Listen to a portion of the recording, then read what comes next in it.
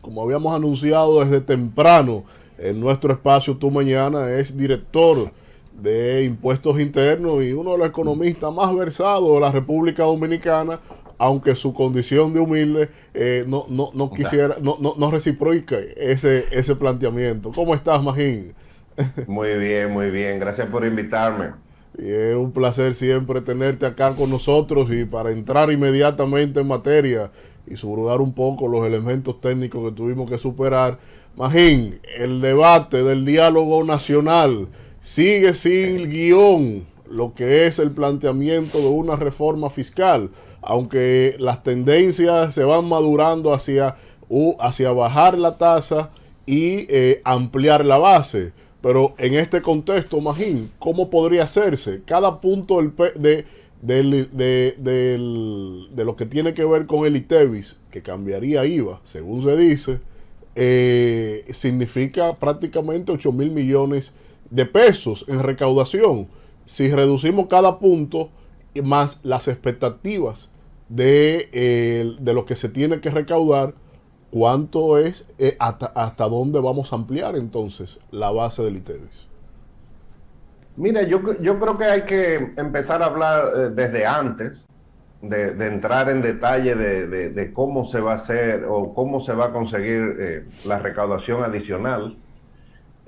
Lo primero es que el gobierno, desde que llegó, ha dicho que necesita una reforma. Intentó poner impuestos en el presupuesto, tal vez una novatada, diría yo, de la forma que se hizo, porque se quisieron pasar impuestos por debajo de la mesa y la reacción de la población no se hizo esperar. El presidente tuvo que hablar y eso fue, estoy hablando octubre del año pasado, y la realidad es que el mismo presidente a lo largo del año y sus principales funcionarios de una u otra forma siempre han dejado el tema sobre la mesa, que hay que hacer una reforma. Primero se hablaba de una reforma integral, tipo la de 1992. Después de lo que pasó en Colombia, entonces empezaron a hablar de que, bueno, va a ser una reforma la que se puede hacer, vamos a ver, vamos a esperar que pase un poco la pandemia. O sea que el tema siempre ha estado ahí. Yo diría que hasta de forma valiente el gobierno siempre lo ha hablado del tema. Ahora la pregunta es, primero el gobierno tiene que plantear qué es lo que busca, cuántas recaudaciones quiere. Si es un tema de dejar la recaudación igual, yo no creo, pero podría ser. O si no, cuál es el monto de la reforma y en base a eso, bueno, vamos a definir las figuras impositivas y tú mencionas esa pregunta del ITEVIS porque el mismo presidente lo ha dicho, hay que bajar tasas, ampliar bases, obviamente eso es mucho más fácil decirlo que hacerlo porque ampliar la base del ITEVIS significa subir la tasa a lo que hoy paga cero. Perfecto. O sea que ampliar la base también es aumentar la tasa Pues, a lo que hoy no tiene ITEVIS. Entonces por ahí yo creo que hay que iniciar la discusión y bueno, supuestamente es uno de los 13 puntos. El gobierno circuló un documento la semana pasada muy escueto en la parte fiscal. El sí. documento tiene 70 páginas y los lineamientos de la reforma de una página. Pero se supone que esa reforma está lista, Magín, hace tiempo, hace más de un año que se viene hablando de una reforma y dijeron en un momento que tenían listo el borrador de esa reforma, la propuesta. Mira, un gobierno siempre tiene propuestas listas. No se ha circulado, pero evidentemente los gobiernos tienen áreas técnicas y con asistencia de organismos internacionales siempre tienen diversas medidas preparadas, así que el gobierno debe tener lo que ellos entienden es una propuesta viable. La pregunta es si van a utilizar su mayoría en el Congreso o si se va a discutir. Y discutir una reforma es difícil porque hay muchos intereses encontrados. De acuerdo. En ese sentido, Magín, hemos escuchado a algunos representantes del sector empresarial asumir como bueno y válido el hecho de que ya la República Dominicana necesita una reforma o un pacto fiscal. Desde el punto de vista de su experiencia como exdirector de la DGI, ¿a cuáles sectores de la vida productiva nacional usted considera que habría que tocar para que el gobierno logre incrementar sus recaudaciones en un momento como este? No, yo creo que al gobierno es que tiene que decir a quién es que quiere tocar. Exactamente. Exacto. Claro, le toca ahora al gobierno decir, como yo te dije, una cosa es hablar de una reforma, de que hay que aumentar la base, y otra cosa es el detalle. Y en el detalle hay múltiples intereses encontrados. Hay que empezar discutiendo cuánto queremos recaudar, qué estado queremos tener, porque de ahí parte todo. Por ejemplo, el Banco Mundial dice, si un estado no recauda 15% del PIB, no nos parece que son estados viables. Y nosotros recaudamos menos de 15% del PIB. Porque hay un consenso en que se necesita un tamaño del Estado mayor al que tiene la República Dominicana. En adición, la deuda es alta. O sea, yo creo que hay razones, pero el gobierno es que tiene que dar su propuesta, ponerla sobre la mesa y ver qué sectores, porque hay sectores que están exentos. Claro. Por ejemplo, la zona franca, pero las zonas francas son las que están motorizando este año gran parte de la economía. Correcto. Tú vas a quitar las exenciones al turismo, todavía sin salir de la pandemia. Se acaba de aprobar la ley de desarrollo fronterizo, que también da exenciones, se acaba de aprobar por 30 años. Tú le vas a quitar las exenciones. Entonces, yo quisiera ver el detalle de la propuesta que hace el gobierno, porque como te dije, es complicado. No, pero obviamente el gobierno está muy claro y por eso me parece valiente que durante un año pues no ha soltado el tema, porque el mismo gobierno cada cierto tiempo pone el tema con diversos matices, pero siempre lo ha puesto, el tema de que hay que hacer una reforma tributaria. Particularmente, Magín, sin duda, creo que obviamente que lo que hace patinar al gobierno, primero, ese hecho de octubre del año pasado, donde tuvieron que retirar la propuesta enviada de presupuesto, que era un paquetazo de medidas fiscales en contra de la población, sobre todo en el consumo, a la clase media, y que tuvieron que retirarlo, y todo lo demás, y sobre todo con la experiencia colombiana, ya hay un hecho de matiz político del momento y el contexto, y sobre qué someter una reforma fiscal. Ahora bien, el tamaño, Magín, de lo que necesita el Estado, indistintamente al quehacer del gobierno, porque en una página seguro no habrán puesto eso ahí, que la desconozco, pero entiendo que en una página se puede poner o detallar cuál es el tamaño de las reformas que necesita el Estado, pero como economista, viendo el contexto del tope de la deuda con respecto al Producto Interno Bruto y a las recaudaciones proyectadas o alcanzadas hasta el momento también, ¿cuál sería ese monto, ese número en el cual el gobierno tiene que hacer valer en una reforma fiscal?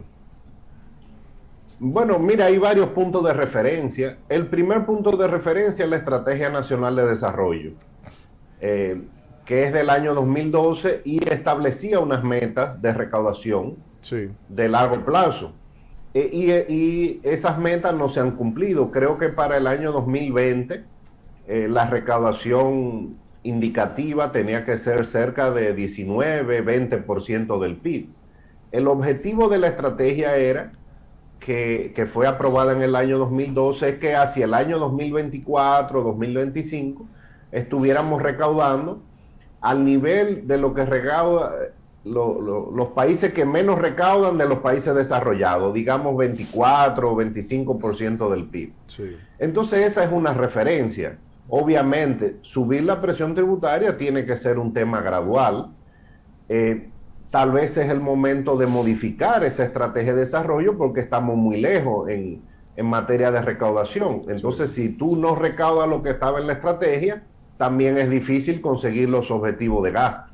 Sí. Lo otro es tomar como referencia que tú quieres bajar la deuda y también va a ser un tema de largo plazo. O sea, tú no vas a bajar una deuda de 70% del PIB en 3 o 4 años. Eso no va a volver en 3 o 4 años a 40 o o 50% del PIB. Esto va a tomar décadas bajar la deuda. Hay quienes sí, continúe, Magín. Hay quienes consideran, de hecho hemos entrevistado a reconocidos economistas aquí, que aumentaría el Estado las recaudaciones si baja el ITEVI, en vez de 18 bajarlo a 14, 15, 16. Desde su punto de vista, ¿qué le parece? Todo es posible en la vida. En papel sí se puede, pero no es que va a bajar. Si tú dejas el ITEVI como está ahora mismo y baja la tasa, las recaudaciones caen. Cuando me imagino que las personas que tú refieres dicen vamos a bajar la tasa pero aumentar la base, vamos a suponer a 15%. Eso significa ponerle 15% a la tarifa eléctrica, a la canasta básica, a los alimentos, a la factura de agua tal vez a los combustibles, a las medicinas, a la salud, a la educación. Entonces esa va a ser la discusión. Está claro que si se le pone ITEVI a todo eso, tú puedes aumentar la recaudación aún bajando la tasa. La pregunta es, ¿qué se va a discutir en el pacto? ¿Queremos poner ITEVI a las medicinas, a la educación, a la salud, a alimentos de consumo masivo? Entonces sí se puede, sí sería una medida eficiente. O sea, ¿qué significa eficiente? La economía va a ser más productiva, la administración tributaria va a recaudar más fácilmente, mientras más base tenga el ITEVI, más fácil se recauda, pero es un tema político, es una decisión, una discusión más política que económica, diría yo. Así es, así es. Bueno, Magín, en otro tema, con relación a una información reciente, el caso Falcón, que hemos visto, como se ha mencionado, una institución financiera, un banco privado, que se menciona en el expediente, donde se movió mucho dinero, y a mí me llama bastante la atención cómo es que esta entidad financiera no generó las alertas, no despertó las alertas necesarias para las autoridades de de ese dinero que se estaba moviendo. ¿Qué está pasando en este sentido? ¿No se está siguiendo en el país el tema del lavado de activos, las alertas que tienen que despertar las entidades financieras en torno a esto cuando se mueven tantas sumas de dinero? ¿Qué pasa ahí? Que se supone que en un momento aquí será muy riguroso con todo esto. Bueno, no sabemos si generó las alertas. Yo creo que sí las generó porque ya lo agarraron. No, pero la agarraron porque está la DEA aquí y estaba detrás de esas bandas. Pero cuando uno lee ese expediente y se hablan de cientos de miles de millones de pesos y que tiene 9 años operando en el país, o sea, no la generó porque no fue ahora que empezó a mover todo ese dinero. Mira, no he visto esa parte, pero te puedo hablar de mi experiencia. La ley de lavado aquí, que se aprobó en el año 2017, pone muchos controles. Las entidades financieras tienen que, como tú dices, reportar lo que se considera operaciones sospechosas que están definidas en la ley y en los reglamentos. O sea, hay muchos reportes que se generan, eso va a la unidad de análisis financiero. Yo creo que sí, que la regulación en cuanto al lavado en el país es mucho más estricta. Yo creo que hay un antes y un después de la ley. Siempre van a surgir estructuras criminales. El tema es detectarlo y sancionarlo. Fíjate que, y eso lo dijo Domínguez Brito una vez, o sea, tú agarras una estructura de esta y a los 4 o 5 años, bueno, surge otra. Entonces las autoridades tienen más herramientas. Yo creo que la banca es fuerte en el país, el sistema financiero, y tiene un costo regulatorio alto precisamente porque cumple con todo eso. Habría que ver el detalle, pero la verdad es que la ley de lavado de acá es de las más fuertes de América Latina. Se fue más allá de lo que sugirieron las mejores prácticas de los grupos de acción financiera y los lineamientos de la OCDE, por ejemplo, en materia de regulación, de reporte. La ley tiene un brazo técnico que es la unidad de análisis financiero. Hay el consejo lo preside el ministro de Hacienda, está la super de bancos. Yo creo que el sistema está funcionando. Evidentemente siempre va a haber estructura de este tipo que las autoridades pues deben monitorear y sancionar. Magín, mire, Magín, mi pregunta va casi en esa misma dirección que mi compañera. Los bancos son agentes obligados, ¿verdad? Esas instituciones de intermediación financiera también, etcétera. O sea, ellos hacen reporte. Ahora, yo quiero quedarme quizás en el caso de la DGI. Por ejemplo, la legitimación de capitales tiene un componente muy particular y es que se busca a través de actividades que son lícitas, pero el dinero tiene una procedencia ilícita, ¿verdad? Para el lavado. Entonces, por ejemplo, yo estoy aquí ahora mismo, soy un individuo que en el registro aparezco quizás reportando 400 pesos al año de impuestos sobre la renta, pero de un momento a otro, Magín, yo empiezo a estar reportando ganancias por aquí, ganancias por allí, ganancias. En la medida que voy lavando mi dinero, voy pagando mis impuestos para que figure eso como algo lícito. Entonces, la DGI, imagínate, no tiene un sistema de alerta en ese mismo momento, decir, ven acá. Pero ahí está Manuel Cruz, que tiene un historial de reportar 400 pesos de ganancia cada año, y de un momento a otro, en 6 meses, en año y medio, el hombre se ha ganado 400 millones de pesos y me está reportando muchísimo impuesto, cosa que eso no sucede de la noche a la mañana. Entonces déjame notificarle esto a las autoridades, al Ministerio Público, para que investigue a este hombre. A ver, eso no pasa en la práctica, en la DGI, Magín. Mira, la DGI es una de las instituciones, además de que su labor es cobrar impuestos, tiene sujetos obligados a su cargo. La ley recuerda que esta ley puso en la defraudación tributaria como un delito precedente de lavado de activos. Y la DGI, a partir del 2017-2018, ahí creamos un área de lavado de activos, porque hay muchos sujetos obligados que pasaron a ser supervisados por la DGI. Ahí están los dealers de vehículos, las constructoras, las joyerías. Además del rol de cobrar impuestos, también es sujeto obligado en términos de lavado de la DGI. La DGI cruza mucha información, tiene mucha información y tiene mecanismos. Por ejemplo, en la ley del 2012, la ley de reforma que se hizo, que fue la última, la DGI tiene si tú tienes un incremento de patrimonio no justificado y la DGI detecta ese patrimonio, te puede cobrar un 25% por el patrimonio que tú no puedes justificar. Te cobra impuestos sobre la renta. Entonces, los sistemas de DGI, de la Unidad de Análisis Financiero, de la Procuraduría contra el Lavado, el del Ministerio Público en general, se comunican. Y estamos, por lo menos cuando yo estaba, y me imagino que eso sigue o se profundizará en la medida que las instituciones van aprendiendo, las instituciones intercambian muchísima información. Obviamente, en temas de lavado, la Unidad de Análisis Financiero es la que le toca perseguir el lavado. Pero la DGI colabora y obviamente va detrás del impuesto y tiene mecanismos en la ley, ya sea la nueva ley de lavado o en el Código Tributario, que le permiten ir contra esas personas. Bueno, pues yo creo que ha sido magistral la participación de Magín Díaz, quien es economista, conocedor bien del tema, y quien fue también director de la DGI. Así que gracias, Magín, por estos minutos que nos ha regalado en la mañana de hoy aquí en Tu Mañana. Un abrazo, Magín.